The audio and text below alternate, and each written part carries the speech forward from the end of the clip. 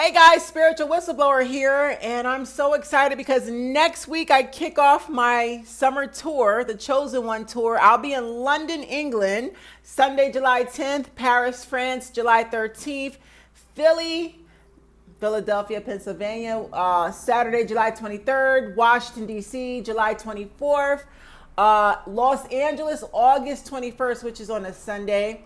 Labor Day weekend, I'll be in Chicago on the 3rd, and I'll be in Detroit September 4th. Toronto, Canada, Saturday, September 24th. It'll be my first time in Toronto. Those tickets are on sale too, guys. And Houston, Texas, October 1st. Email me at chaneljasmine.com. at Gmail, chaneljasmine@gmail.com. Blah, blah. I have the email pinned down below in the comment section. The first comment will be my email pinned for you guys. All right, let's talk about this topic here. I was thinking this morning, and again, y'all know I'm a deep thinker. Y'all know I be getting into my thoughts about the layers of narc abuse from a spiritual angle. I don't want to keep talking about the topics. Like, everybody knows all the abuse tactics, all the terminology and stuff. I don't want to keep rehashing old shit. So I try to, look at things from a different perspective. So I was thinking this morning, I want y'all to please feel free to comment in the comment section so we can have healthy dialogue and help each other. I was thinking about love bombing. Let's talk about love bombing today. In terms of, from a spiritual aspect, love bombing to me is like an abomination to God. And I'll explain why. And I was really thinking about that this morning. God is love. Number one, I believe in God. I believe in God Almighty, the Creator. He is the Alpha and Omega, the only one. I know Satan has tried many times to be on his level, and he has failed every time. Satan has used many minions all throughout the centuries. Satan always loses. But we serve, I don't know about you, but I serve a God of love. God is love. He's everlasting love. He's abundant. He's beautiful. He's everywhere. So when I think of a narcissist love bombing somebody, what I think of is someone, a master manipulator, using love to completely destroy somebody. How do you use love to destroy somebody? And furthermore, if God is love, then wouldn't that mean that the narcissist is using God also to harm and abuse people? Let that marinate for a second.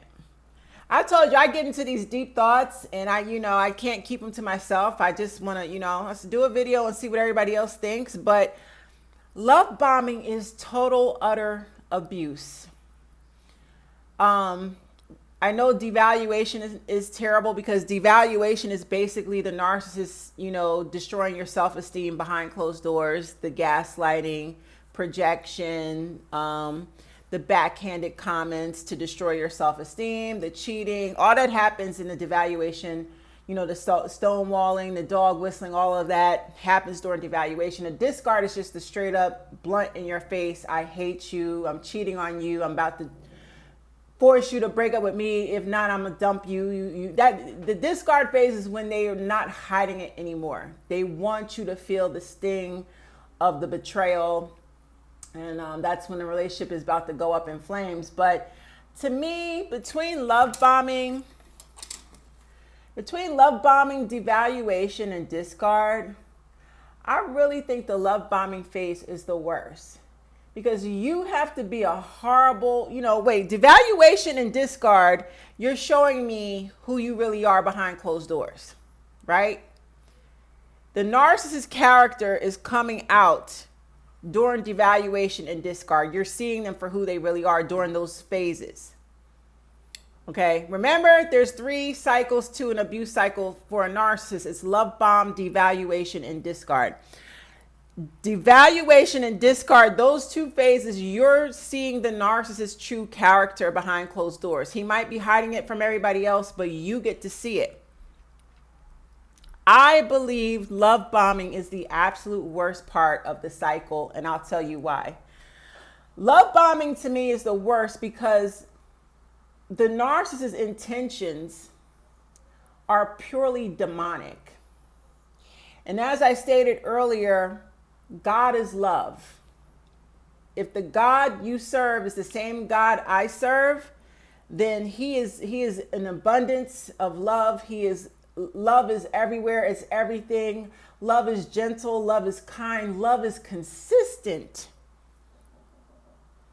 So if God is love and the narcissist uses love to manipulate and finagle himself into your life, then that would also mean that he's also using God to manipulate, to get what he wants out of his victims, because God is love.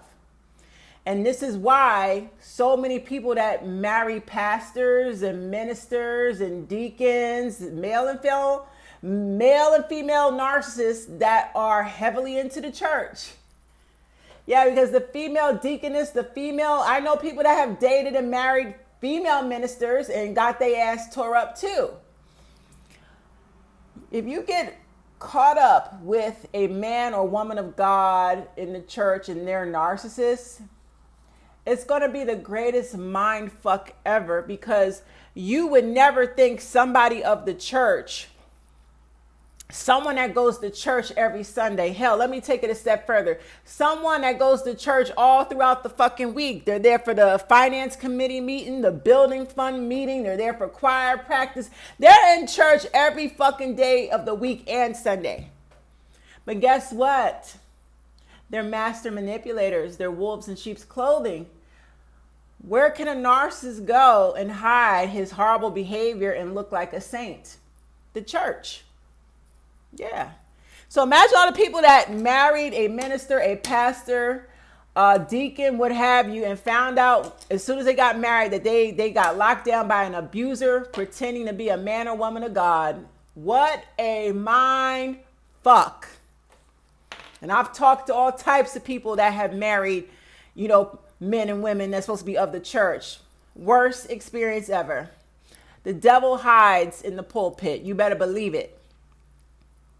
You know what type of person you got to be to use the Bible, to use the church as a smokescreen to do your demonic work behind closed doors? You know what type of lowlife you have to be.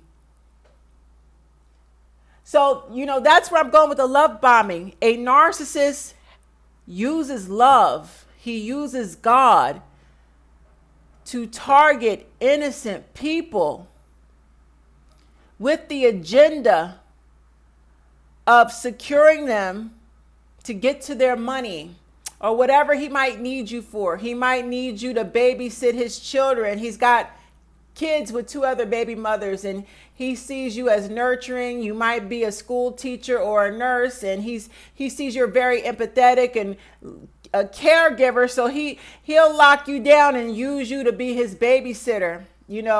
When it's his time to do visitation with his kids, he's not going to watch the kids. He's going to dump the kids on you or his mother, and then he's going to run the streets with his other side chicks.